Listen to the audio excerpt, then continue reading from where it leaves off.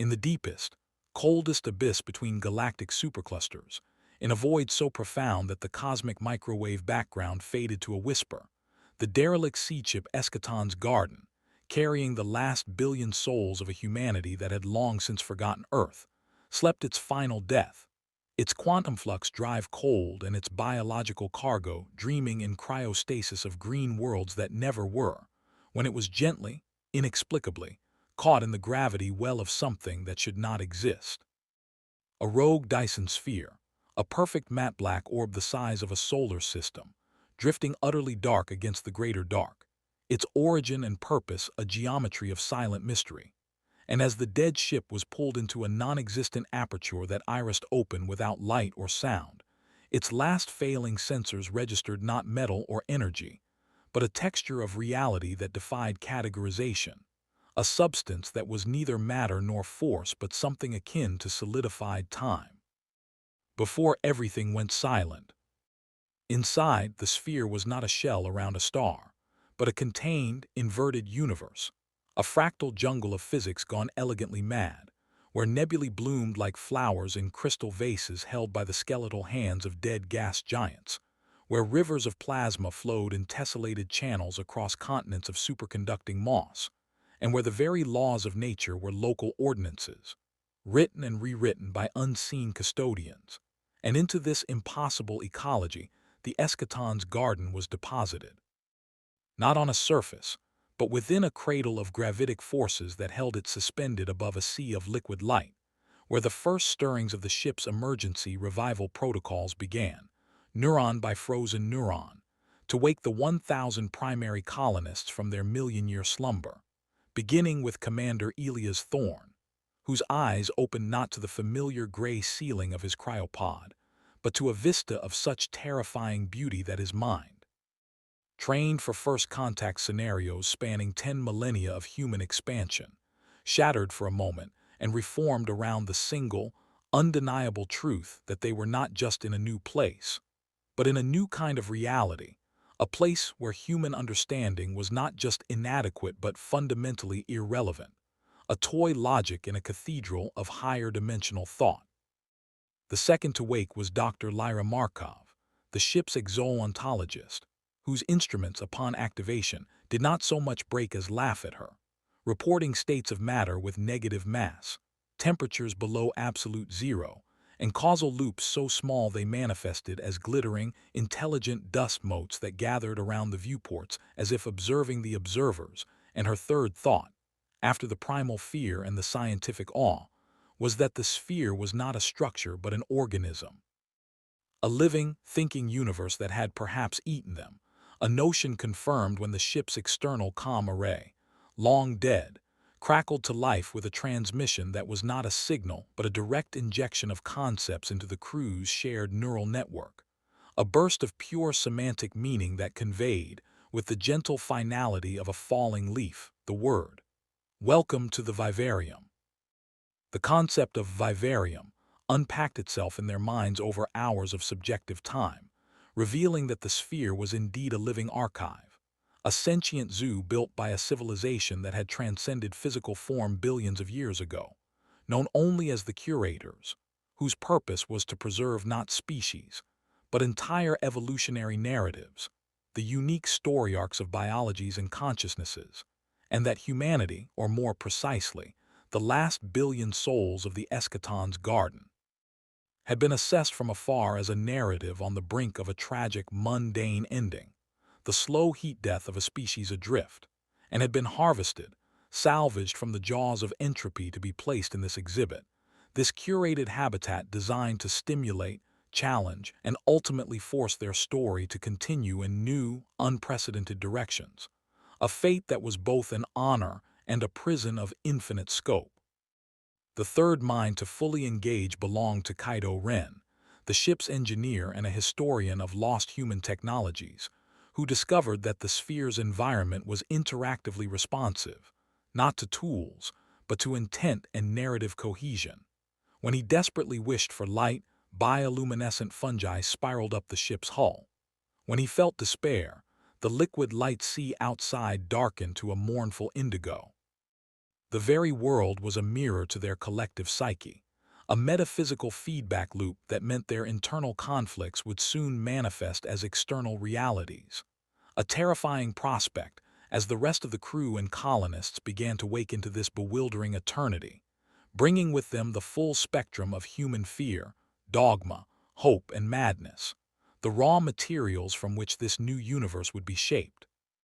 The first tangible proof of this narrative shaping came when a faction of colonists, led by the deeply religious zealot Pastor Micah, convinced that the Vivarium was a satanic deception or perhaps a purgatorial testing ground, held a mass prayer vigil for deliverance. In response, the environment around their section of the ship solidified into a stark, beautiful but brutally simple landscape of desert and stone under a burning white star, a paradise of austerity that satisfied their yearning for a test of faith but also trapped them, the very rock-forming walls that echoed their dogmatic certainty, while another group, the scientists led by Lyra, focusing on pure observation and acceptance, found their habitat softening into a library-like realm of floating data orbs and gentle, explanatory phenomena that passively revealed the sphere's workings, but offered no agency, a gilded cage for the intellect. Commander Thorne, striving for unity and purpose, inadvertently catalyzed the most dramatic response. His passionate speech about writing our own story and claiming this space for humanity caused a sudden, violent growth spurt in the environment, spawning a forest of crystalline trees that sang with human-like voices, recounting humanity's greatest myths of conquest and exploration.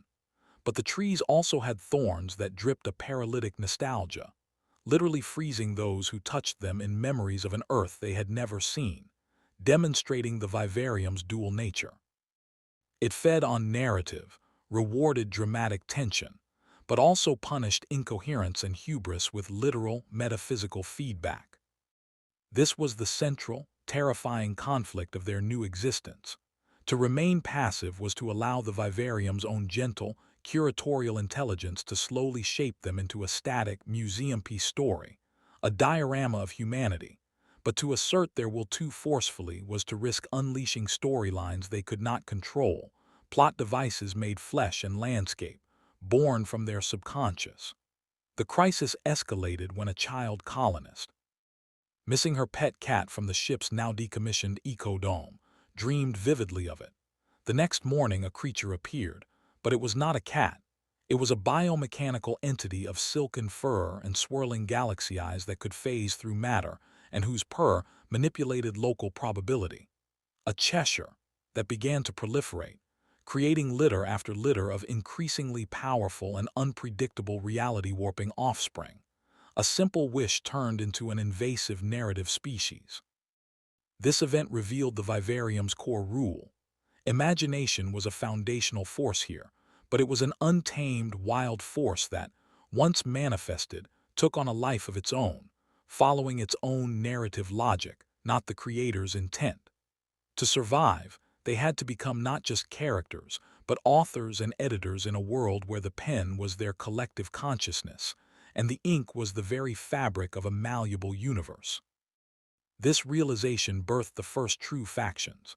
The Literates, led by Lyra and Kaido, who sought to learn the grammar of the Vivarium, to consciously craft small, stable stories to shape their environment safely. The Epicists, led by Thorne's militaristic second-in-command, Valerius, who believed only a grand, unifying, heroic saga, a war against a manufactured enemy, could give humanity purpose and cohesion. And the Blank Pages, a growing group led by a mystic named Sauron, who advocated for a form of meditative null thinking, an attempt to erase personal narrative and become empty. Hopping the Vivarium, finding no story to work with, would reject them or set them free.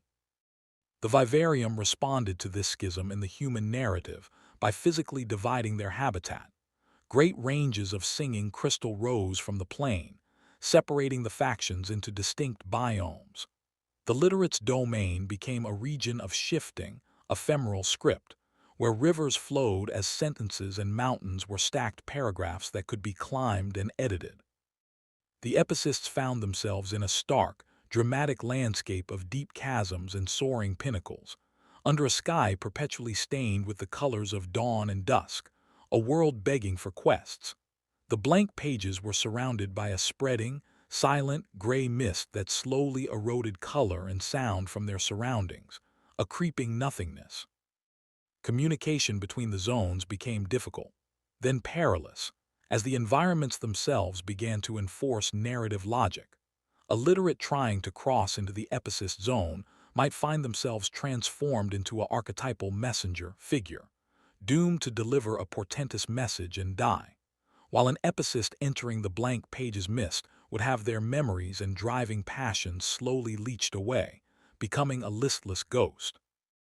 The humans were no longer just living in the vivarium.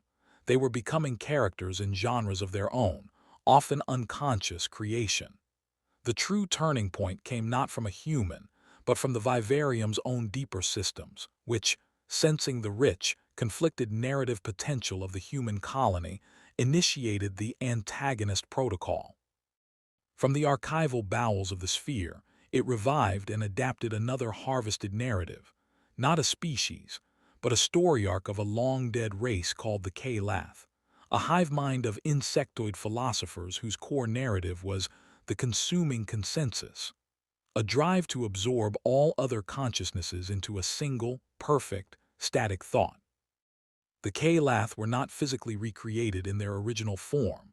They were reimagined by the Vivarium as a shimmering, fractal swarm of geometric shapes that dissolved matter and mind into harmonious, silent patterns, a force that began to press against the human habitats, not with violence, but with a terrifying, beautiful logic that unraveled stories into a single, elegant equation.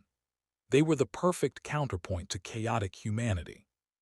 Faced with this existential threat, the human factions were forced to interact, their narratives colliding.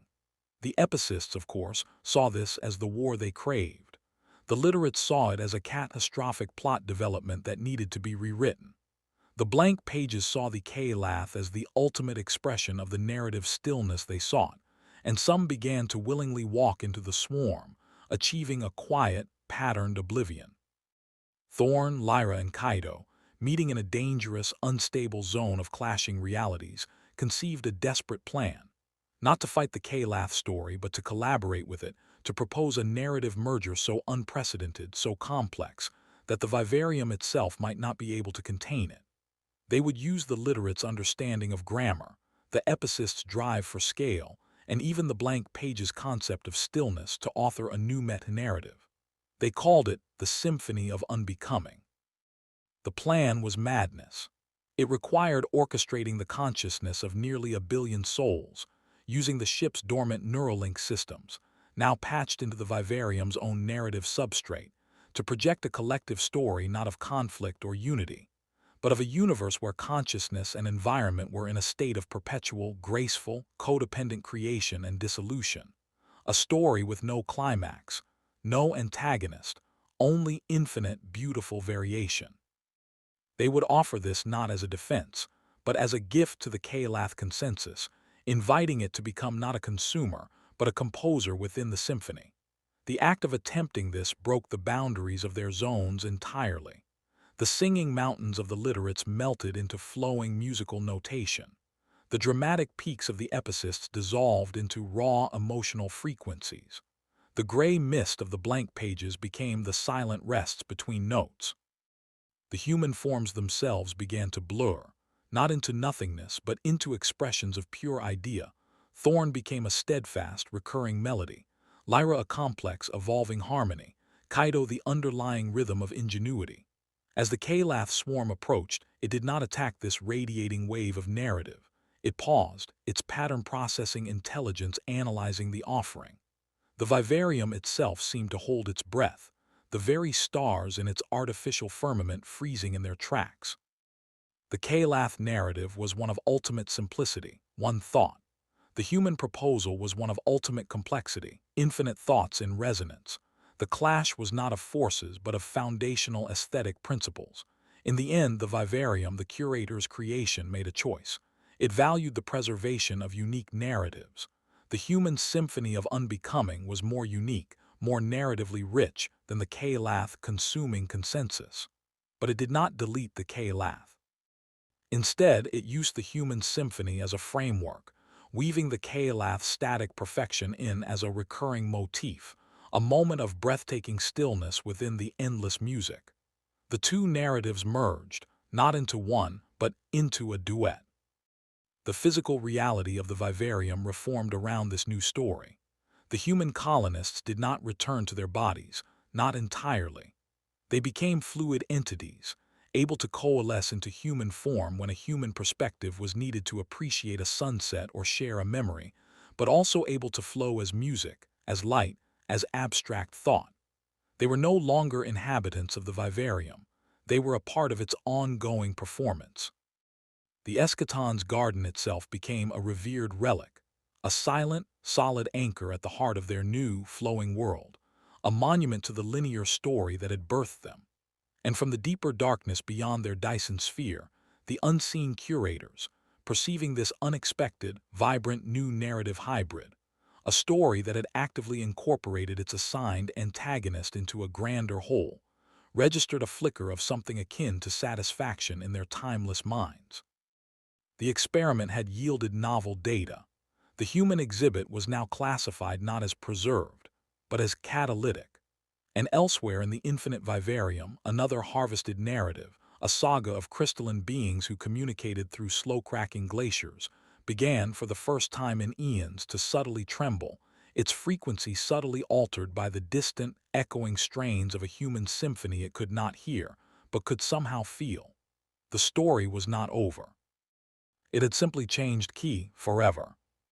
And in that new, endless song, a melody that was once Commander Elia's thorn occasionally swelled to the fore, a tune of leadership and sacrifice, and alongside it, a counter-melody of pure curiosity that was Lyra, and a syncopated beat of resilience that was Kaido, and in the quiet spaces between, the perfect, chilling harmony of the Kalath, all of them together writing a future with no final page, only the eternal, beautiful, terrifying, and infinite next note. They had sought a home, a purpose, a legacy. They had instead become a verb, the act of storytelling itself, echoing in a cage universe without bars, a library that was also the book, forever reading itself into new and wondrous shapes against the silent, attentive dark.